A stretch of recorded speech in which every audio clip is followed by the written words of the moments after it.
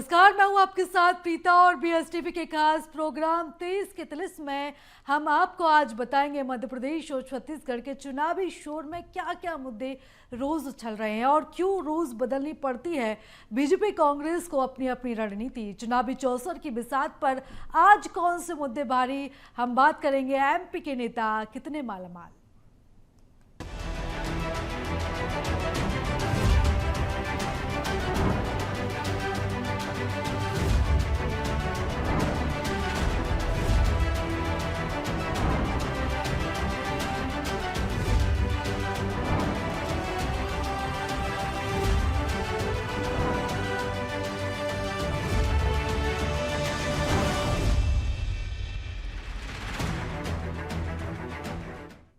मध्य प्रदेश में विधानसभा चुनाव के शोर के बीच अब नेताओं की संपत्ति की गूंज भी अब सुनाई दे रही है। विधायक हो या मंत्री, सब मालामाल है। किसी के पास कम तो किसी के पास अकूत संपत्ति है। देखिए राजनीति के धन कुबेर और मालामाल नेताओं पर हमारी एक खास रिपोर्ट। चुनाव के साथ साथ अब राजनीति धन बल पर भी बहस शुरू हो गई है।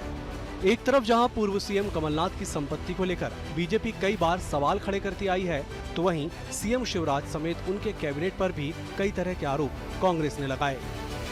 मध्य प्रदेश में चुनावी मैदान तैयार है, जहां एक तरफ बीजेपी और कांग्रेस के तमाम नेता एक दूसरे पर हमले बोल रहे हैं, बयानबाजी कर रहे हैं, तो वहीं दूसरी तरफ इन नेताओं की संपत्ति को लेकर भी चर्चा शुरू हो गई है। बीजेपी कांग्रेस के नेताओं पर आरोप लगा रही है, तो कांग्रेस भी बीजेपी के नेताओं पर गंभीर आरोप लगा रही है। नेताओं के हलफनामे और एसोसिएशन फॉर डेमोक्रेटिक रिफॉर्म्स यानी एडीआर की रिपोर्ट के अनुसार 2018 के विधानसभा चुनाव में जीतकर आए प्रदेश के 187 विधायक करोड़पति थे। ये संख्या कुल विधायकों का 81% है। 2013 के चुनाव में आंकड़ा करीब 70% था, जबकि 2008 में केवल 87 विधायक करोड़पति की कैटेगरी में आ रहे थे। बात मुख्यमंत्री शिवराज सिंह चौहान की संपत्ति की करें, 2018 के चुनाव में सीएम की कुल संपत्ति 7,66,82,140 रुपए थी। इसमें 1,31,32,140 रुपए चल संपत्ति और 6,35,50,000 रुपए की कृषि भूमि, आवासीय और व्यावसायिक प्रॉपर्टी है। दो बैंकों में 36,18,000 रुपए का कृषि ऋण बकाया था। विदिशा के ही एक बैंक शाखा से बेटे के नाम पर 27 लाख रुपए का एजुकेशन लोन भी बकाया था। पूर्व मुख्यमंत्री कमलनाथ की संपत्ति, कमलनाथ और उनकी पत्नी अलकानाथ की कुल संपत्ति 124,67,70,351 रुपए। इसमें 2,49,358 रुपए नकद बताए गए। छिंदवाड़ा, दिल्ली, कोलकाता और दुबई की वित्तीय संस्थाओं में 15,31,20,000 रुपए जमा दिखाए गए। विभिन्न कंपनियों के बॉन्ड, डिबेंचर और शेयर के रूप में 12,54,53,641 रुपए दिखाए गए थे। छिंदवाड़ा में 36,15,000 रुपए से अधिक मूल्य की कृषि भूमि है। बीजेपी आरोप लगा रही है कि सबसे ज्यादा अमीर विधायक कांग्रेस के हैं। कांग्रेस नेता भ्रष्टाचार के माध्यम से अपनी संपत्ति में बढ़ोतरी करते हैं। प्रधानमंत्री भी भ्रष्टाचार की गारंटी देने वाली पार्टियों का जिक्र कर चुके हैं। देखिए, दो चीज़ें समझने की आवश्यकता है। अगर आज आप एडीआर की रिपोर्ट उठा करके देखेंगे तो उसमें सबसे ज़्यादा जो अमीर विधायकों की लिस्ट है उसमें कांग्रेस के ज़्यादा नाम सामने आएंगे। और उसके साथ ही साथ एक बात और यह भी समझने योग्य है कि राजनीति में अगर आप हैं तो आपको अपने परिवार को भी चलाना है, बाकी चीज़ें भी करनी है। अगर आप शुचितापूर्ण तरीके से धन का संचय करते हैं अपनी पारिवारिक ज़रूरतों को पूरा करने के लिए और बाकी चीज़ों के लिए, तो उसमें कोई गलत चीज़ नहीं।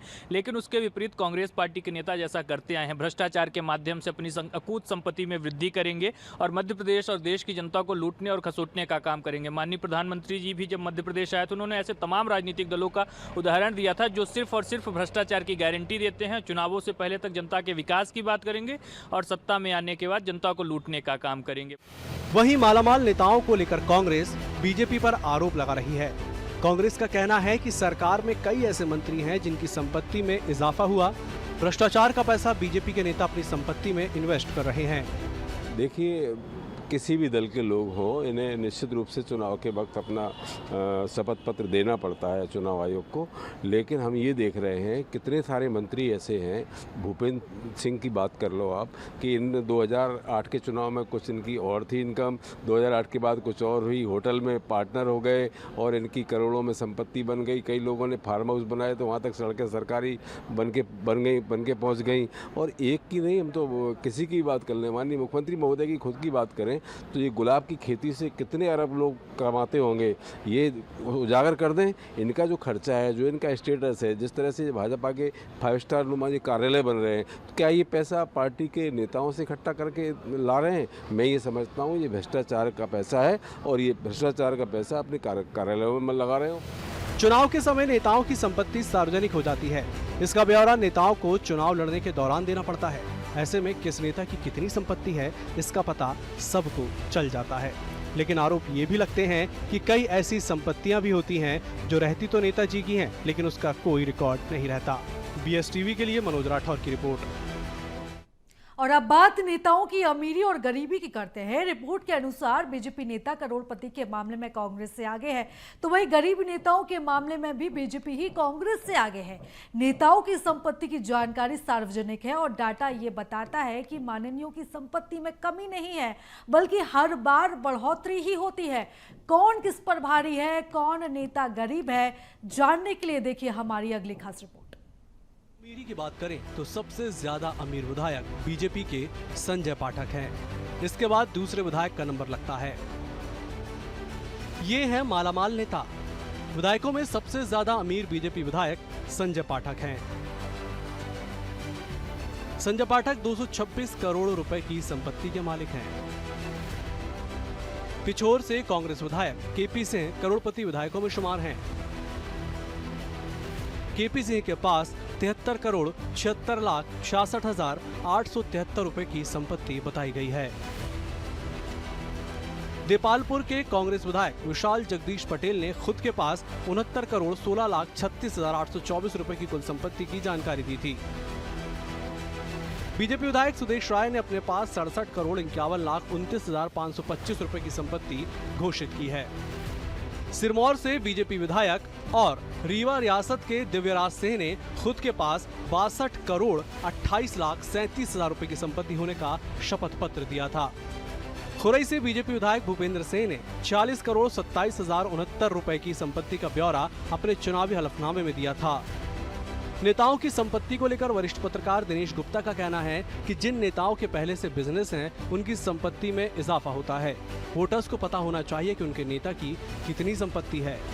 नेता एक दूसरे की संपत्ति उजागर करेंगे तो जनता को भी पता लगेगा कि उन्होंने कितनी कमाई की।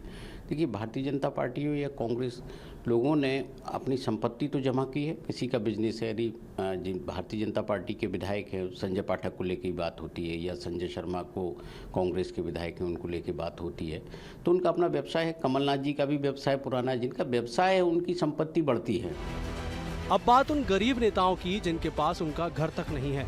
ये बात हम नहीं बल्कि ADR की रिपोर्ट बता रही है। ये है गरीब नेता। पंधाना से बीजेपी विधायक राम डंगोरे सबसे गरीब विधायक हैं। 2018 के चुनावी हलफनामे में उन्होंने अपने पास कुल 50,749 रुपए की संपत्ति घोषित की थी। विधायक राम डंगोरे के पास कोई अचल संपत्ति नहीं है। महू से बीजेपी विधायक उषा ठाकुर ने 7,35,198 रुपए की संपत्ति का ब्यौरा दिया। उन्होंने भी अपने पास कोई मकान, जमीन नहीं होना बताया। ब्यौहारी से बीजेपी विधायक शरद ने कुल 8,40,000 रुपए की संपत्ति का ब्यौरा दिया। विधायक शरद की भी अचल संपत्ति नहीं बताई गई। अलोट से कांग्रेस विधायक मनोज चावला ने अपनी कुल संपत्ति का मूल्य 10,78,000 रुपए बताई। मनावर से कांग्रेस विधायक डॉक्टर हीलालाल अलावा ने कुल 10,99,000 रुपए की संपत्ति का ब्यौरा दिया। MP से आने वाले केंद्रीय मंत्री ज्योतिरादित्य सिंधिया भी अथाह दौलत के मालिक हैं। 2020 में राज्यसभा के चुनावी हलफनामे में उन्होंने खुद के पास 3 करोड़ 59 लाख रुपए की चल संपत्ति का ब्यौरा दिया था। विधायक बीजेपी के हों या फिर कांग्रेस के। सभी की संपत्तियों में बढ़ोतरी पर बीजेपी और कांग्रेस के जिम्मेदारों के अपने अपने तर्क हैं। देखिए, वल्लभ भवन से दलाली के वीडियो सामने आए थे। उनके अपने मंत्री उमंग सिंगार ने दिग्विजय सिंह के ऊपर आरोप लगाए थे। उनके राष्ट्रीय नेता जब मध्य प्रदेश में आए थे तो ऐसे हाथ की उंगलियों पर 1 से 10 तक गिन के गए थे कि अगर कर्ज नहीं माफ हुआ तो मुख्यमंत्री बदलने का काम करेंगे, मध्य प्रदेश में बेरोजगारों को बेरोजगारी भत्ता दिया जाएगा। यह सब चीज़ें जिस रूप में क्रियान्वित होनी थी नहीं की गई। मध्य प्रदेश की जनता ने स्वयं को छला और ठगा हुआ महसूस किया। उनके अपने पार्टी के नेताओं और कार्यकर्ताओं ने इस बिना पर उनका साथ छोड़ दिया कि यह सरकार जनता के हित में काम न करके स्वयं के धन के अर्जन के लिए काम कर रही है। उस स्थिति में आज कांग्रेस पार्टी को अपने भीतर झांक करके देखने की आवश्यकता है। किस प्रकार से चुनावों से पूर्व जनता से झूठे वादे कर देना और चुनावों के बाद उनसे मुकर जाना, यह मध्य प्रदेश की जनता देख रही है और आने वाले वक्त में मध्य प्रदेश की जनता कांग्रेस पार्टी को सही जवाब देने का काम करेगी। देखिए, मैं ये समझता हूँ उनका आरोप लगाना तो संवैधानिक अधिकार है, आरोप लगाते रहें कि पर ये निराधार है। माननीय कमलनाथ जी के नेतृत्व में सरकार ने इतना सा भी कुछ किया तो उनकी नॉलेज में रहा है। कुल मिलाकर के कमलनाथ जी माफियाओं को, भ्रष्टाचारियों को जेल में अंदर डालने का काम कर रहे थे, इसीलिए तो उनकी सरकार गिराई गई।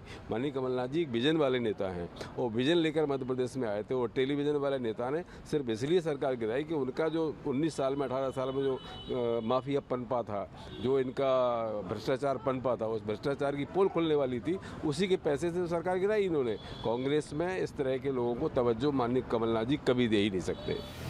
कई नेता अपनी संपत्ति को छुपाने की कोशिश करते हैं तो कईयों के खून में रईसी है, यानी ऐसे नेता जो पहले से करोड़पति हैं। संपत्ति का सोर्स कुछ भी हो, लेकिन ये जनता जनार्दन है जो सब कुछ जानती है।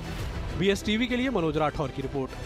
हम इस रिपोर्ट की उस बात का भी खुलासा करेंगे कि कौन संपत्ति के मामले में कितने विधायक कांग्रेस के और कितने विधायक बीजेपी के एक दूसरे से आगे और पीछे हैं। इनकी संपत्ति में 80% तक का इजाफा हुआ है। देखिए हमारी खास रिपोर्ट। ADR हर बार नेताओं का डाटा तैयार करती है। 2018 के चुनाव में भी जीत कर आए उम्मीदवारों का डाटा तैयार किया गया, लेकिन चौंकाने वाली बात है कि 35% विधायक ऐसे हैं जिनकी संपत्ति 5 करोड़ से ज़्यादा है। 2018 के चुनाव में 86 विधायक दोबारा चुनकर आए। 2013 और 2018 के चुनाव में दिए उनके शपथ पत्र के अनुसार इन 5 सालों में उनकी संपत्ति में औसतन 9 करोड़ 96 लाख रुपए का इजाफा हो चुका था। ये वृद्धि 80% तक है। 2013 में इन 86 विधायकों की औसत संपत्ति 8 करोड़ 71 लाख रुपए थी। 2018 में इन्हीं विधायकों की औसत संपत्ति का मूल्य 15 करोड़ 67 लाख रुपए हो चुका था।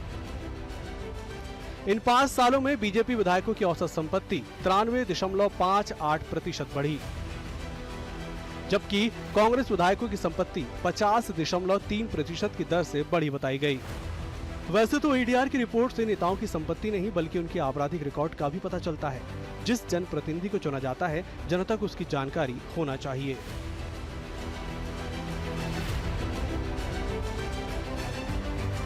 तो वो तो आपको इनकम टैक्स रिटर्न में भी हर साल शो होती है, रजिस्ट्रार कंपनी के यहाँ भी शो होती है। लेकिन ऐसे बहुत सारे लोग हैं जिनकी संपत्ति बढ़ रही है और कोई बिजनेस भी नहीं है, वो राजनीति में बहुत ज़्यादा महत्वपूर्ण होता है। बाकी दूसरे तो उतने महत्वपूर्ण नहीं होते, क्योंकि जिनके बिजनेस है उनको सबको पता है कि इनका व्यापार है, और जिनके बिजनेस नहीं है, दूसरे धंधे करते हैं, वो भी लोगों को पता होता है। तो फ़र्क तो लोगों को पड़ता है, लेकिन वोटर को पता होना चाहिए। ADR की रिपोर्ट भी इसीलिए होती है कि लोगों को सार्वजनिक तौर पर पता लगे कि किसके पास आपराधिक रिकॉर्ड है, किसके पास पैसा है। 2018 में बीजेपी से चुनाव जीतकर आए 109 नेताओं में से 91 यानी 84% लोग करोड़पति थे। वहीं कांग्रेस के 114 में से 90 यानी 79% की संपत्ति करोड़ों में बताई गई थी। बसपा के 2 विधायकों में से 1 करोड़पति है। सपा के एकमात्र विधायक राजेश कुमार उर्फ बबलू भैया ने अपनी संपत्ति 4 करोड़ 80 लाख रुपए से अधिक की बताई थी। चुनाव आयोग वैसे चुनाव के समय नेताओं के प्रचार प्रसार के खर्चे पर नजर रखता है, लेकिन बीजेपी हर बार आरोप लगाती है कि कांग्रेस को देश की संवैधानिक संस्थाओं पर भरोसा नहीं।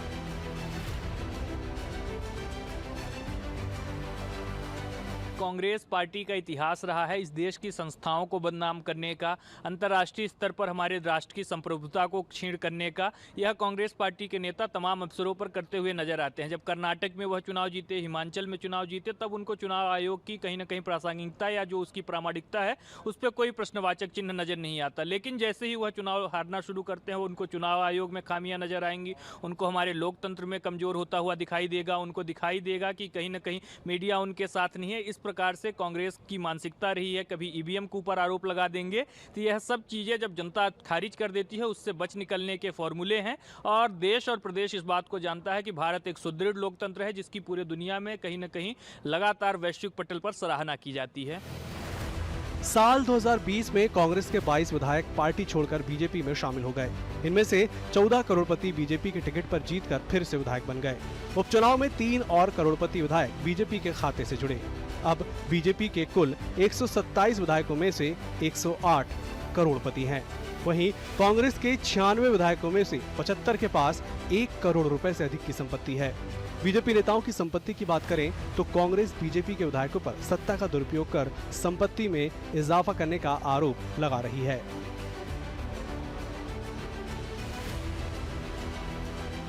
देखिए, कांग्रेस तो चुनाव आयोग की जो गाइडलाइन है उस गाइडलाइन के अंदर ही रहेगी। ये तो उनके पास है, धनबल उनके पास है, बाहुबल उनके पास है, वो उड़ाते हैं, शराबें बांटते हैं, इनकी पकड़ी भी जाती है। टीवी चैनलों पर भी हमने चलते हुए देखा है, इनके लोगों के पास करोड़ों रुपए मिले हैं और लेकिन कोई कार्रवाई नहीं हो पाई है। कांग्रेस तो राष्ट्रपिता महात्मा गांधी के वचनों पर चलने वाली पार्टी है, उनके विचारों पर चलने वाली पार्टी और सत्य की राह पर चलने वाली पार्टी है और सत्ता की राह पर माननीय कमलनाथ जी चलते हैं। इसीलिए उनकी विजय होना भी तय है और मुख्यमंत्री बनना भी तय है। ये जनता है, सब जानती है किसने कैसे अपनी संपत्ति बनाई और किसने कैसे अपनी संपत्ति में इजाफा किया। ये जनता को जानने का हक है, क्योंकि यही नेता को असली नेता होने का तमगा देती है। सियासत में कई नेता अपनी संपत्ति को छुपाते हैं तो कई नेता पहले से अरबपति और करोड़पति रहते हैं, लेकिन जब चुनाव जीतते हैं तो उनकी संपत्ति में इजाफा भी होता है, लेकिन ये संपत्ति लगातार बढ़ती जा रही है। कैमरामैन उवैस के साथ मनोज राठौर, BSTV भोपाल। और चलो इसी के साथ तेज का तिलिस्म में आज के लिए बस इतना ही। दीजिए इजाजत, नमस्कार।